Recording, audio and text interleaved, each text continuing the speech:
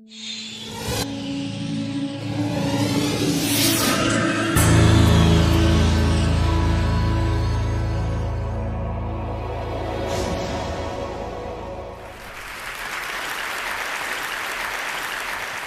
was a Saturday afternoon in May, and I suddenly realized that the next day was Mother's Day, and I hadn't gotten anything for my mom. So I started thinking about, what should I get my mom for Mother's Day? I thought, well, why don't I make her an interactive Mother's Day card using the Scratch software that I'd been developing with my research group at the MIT Media Lab. We developed it so that people could easily create their own interactive stories and games and animations, and then share their creations with one another.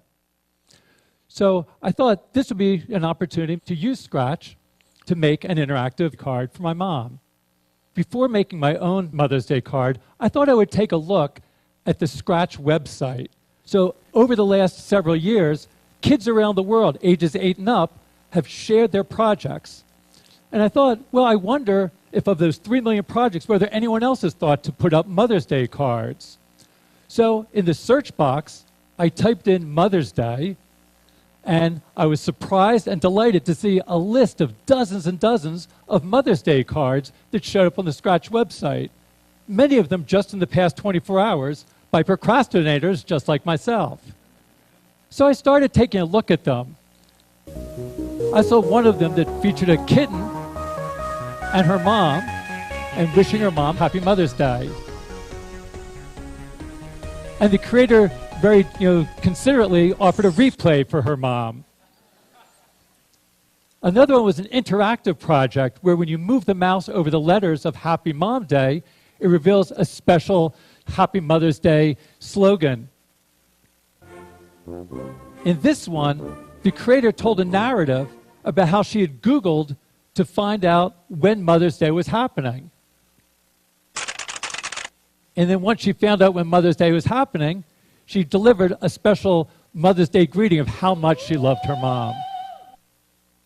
So I really enjoyed looking at these projects and interacting with these projects. In fact, I liked it so much that instead of making my own project, I sent my mom links to about a dozen of these projects. And actually, she reacted exactly the way that I hoped that she would. She wrote back to me and she said, "I'm so proud to have a son that created the software that allowed these kids to make Mother's Day cards for their mothers." So my mom was happy, and that made me happy. But actually, I was even happier for another reason. I was happy because these kids were using Scratch just in the way that we had hoped that they would. That as they created their interactive Mother's Day cards, you could see that they were really becoming fluent with new technologies. What do I mean by fluent? I mean that they were able to start expressing themselves and to start expressing their ideas. When you become fluent with language, it means you can write an entry in your journal or tell a joke to someone or write a letter to a friend. And it's similar with new technologies. By creating these interactive Mother's Day cards, these kids were showing that they were really fluent with new technologies. Now, maybe you won't be so surprised by this because, a lot of times people feel that young people today can do all sorts of things with technology. All of us have heard young people referred to as digital natives. But actually, I'm sort of skeptical about this term. I'm not so sure we should be thinking of young people as digital natives. When you really look at it, how is it that young people spend most of their time using new technologies? You often see them in situations like this or like this. And there's no doubt that young people are very comfortable and familiar browsing and chatting and texting and gaming.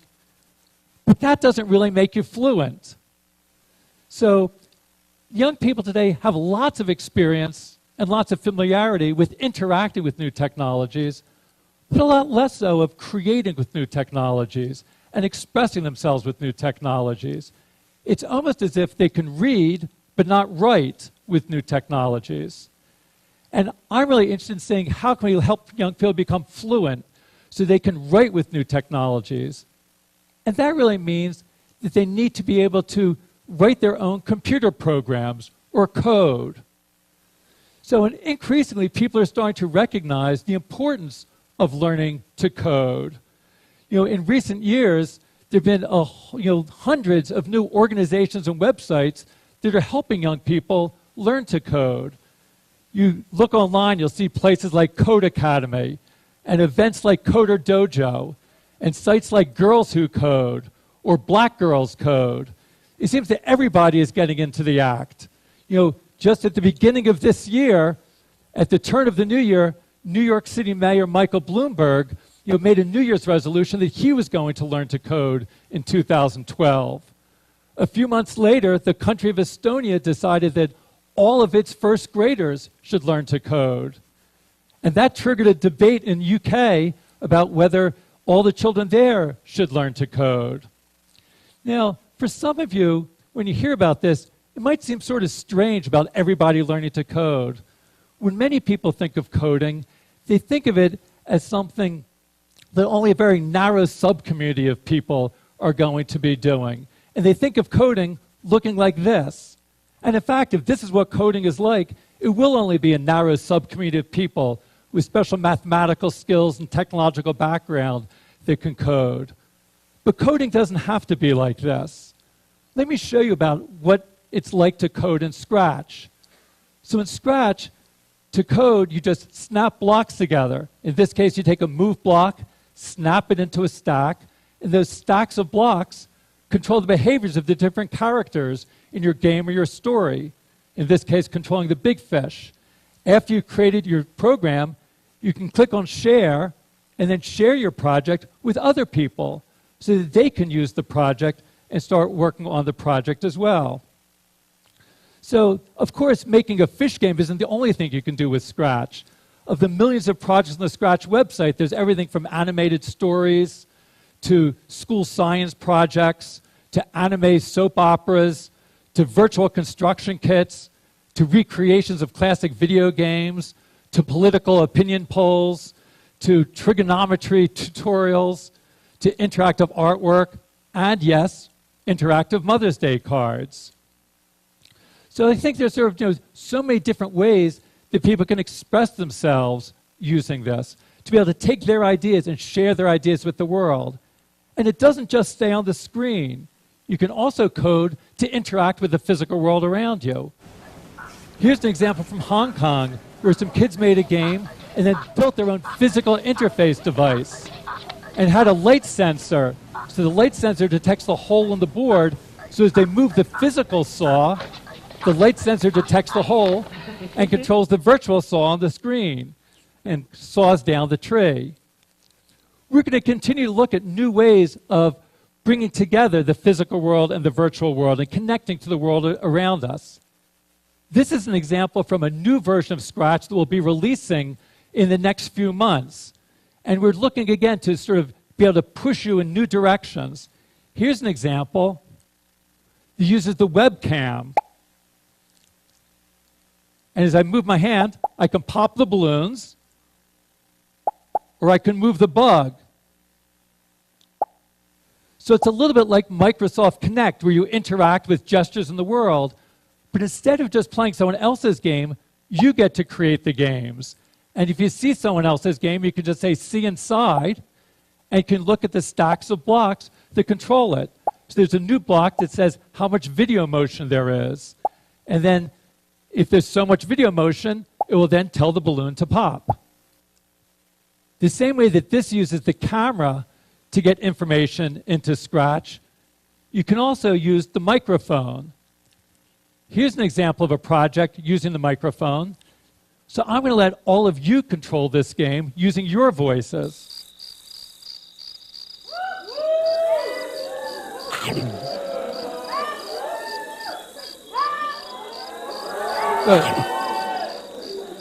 So maybe control your...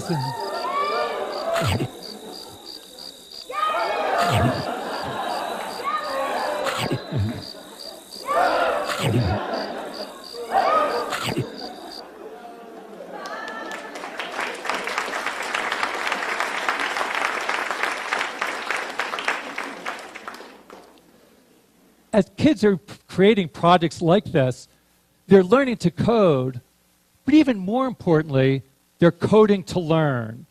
Because as they learn to code, it enables them to learn many other things, opens up many new opportunities for learning.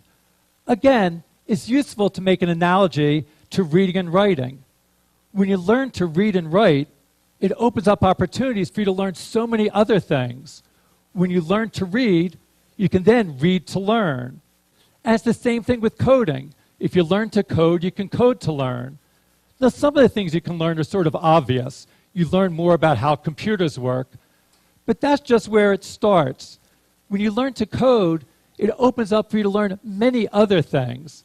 Let me show you an example. Here's another project, and I saw this when I was visiting one of the computer clubhouses. These are after-school learning centers that we help start that help young people from low-income communities learn to express themselves creatively with new technologies. And when I went to one of the clubhouses a couple of years ago, I saw a 13-year-old boy who was using our Scratch software to create a game, somewhat like this one. And he was very happy with his game and proud of his game. But also, he wanted to do more. He wanted to keep score. So this was a game where the big fish eats the little fish. But he wanted to keep score so that each time the big fish eats a little fish, the score would go up and it would keep track. And he didn't know how to do that. So I showed him that in Scratch, you can create something called a variable. I'll call it score. And that creates some new blocks for you. And it also creates a little scoreboard that keeps track of the score. So each time I click on change score, it increments the score. So I showed this to the clubhouse member. Let's call him Victor. And Victor, when he saw that this block would let him increment the score, he knew exactly what to do. He took the block and he put it into the program exactly where the big fish eats the little fish. So then, each time the big fish eats the little fish, it will increment the score, and the score will go up by 1. And it's in fact working. And he saw this, and he was so excited, he reached his hand out to me, and he said, "Thank you, thank you, thank you." And what went through my mind was, how often is it that teachers are thanked by their students for teaching the variables? It doesn't happen in most classrooms. But that's because in most classrooms, when kids learn about variables, they don't know why they're learning it. It's nothing that really they can make use of. When you learn ideas like this in Scratch, you can learn it in a way that's really meaningful and motivating for you. That you can understand the reason for learning variables. And we see that kids learn it more deeply and learn it better. Victor I'm sure had been taught about variables in schools, but he really didn't. He wasn't paying attention. Now he had a reason for learning variables. So when you learn through coding and coding to learn, that you're learning it in a meaningful context, and that's the best way of learning things. So as kids like Victor are creating projects like this, they're learning important concepts like variables, but that's just the start. As Victor worked on this project and created the scripts, he was also learning about the process of design, how to start with a glimmer of an idea and turn it into a fully fledged functioning project, like you see here. So he was learning many different core principles of design, about how to experiment with new ideas, how to take complex ideas and break them down into simpler parts, how to collaborate with other people on your projects, about how to find and fix bugs when things go wrong, how to keep persistent and to persevere in the face of frustrations when things aren't working well. Now, those are important skills that aren't just relevant for coding. They're relevant for all sorts of different activities. Now, who knows if Victor is going to grow up and become a programmer or a professional computer scientist? It's probably not so likely, but regardless of what he does, he'll be able to make use of these design skills that he learned, regardless of whether he grows up to be a marketing manager or a mechanic or a community organizer. That these ideas are useful for everybody. Again, it's useful to think about this analogy with language. When you become fluent with reading and writing, it's not something that you're doing just to become a professional writer. Very few people will become professional writers, but it's useful for everybody to learn how to read and write. Again, the same thing with coding. Most people won't grow up to become professional, computer scientists or programmers, but those skills of thinking creatively, reasoning systematically, working collaboratively, skills you develop when you code in Scratch are things that people can use no matter what they're doing in their work lives. And it's not just about your work life. Coding can also enable you to express your ideas and feelings in your personal life. Let me end with just one more example. So this is an example that came from after I had sent the Mother's Day cards to my mom. She decided that she wanted to learn Scratch. So she made this project for my birthday and sent me a happy birthday Scratch card. Now, this project is not going to win any prizes for design, and you can rest assured that my 83-year-old mom is not training to become a professional programmer or computer scientist. But working on this project enabled her to make a connection to someone that she cares about, and enabled her to keep on learning new things and continuing to practice her creativity and developing new ways of expressing herself. So, as we take a look and we see that Michael Bloomberg is learning to code, all of the children of Estonia learn to code, even my mom has learned to code, don't you think it's about time that you might be thinking about learning to code? If you're interested in giving it a try, I'd encourage you to go to the Scratch website at scratch.mit.edu and give a try at coding. Thanks very much.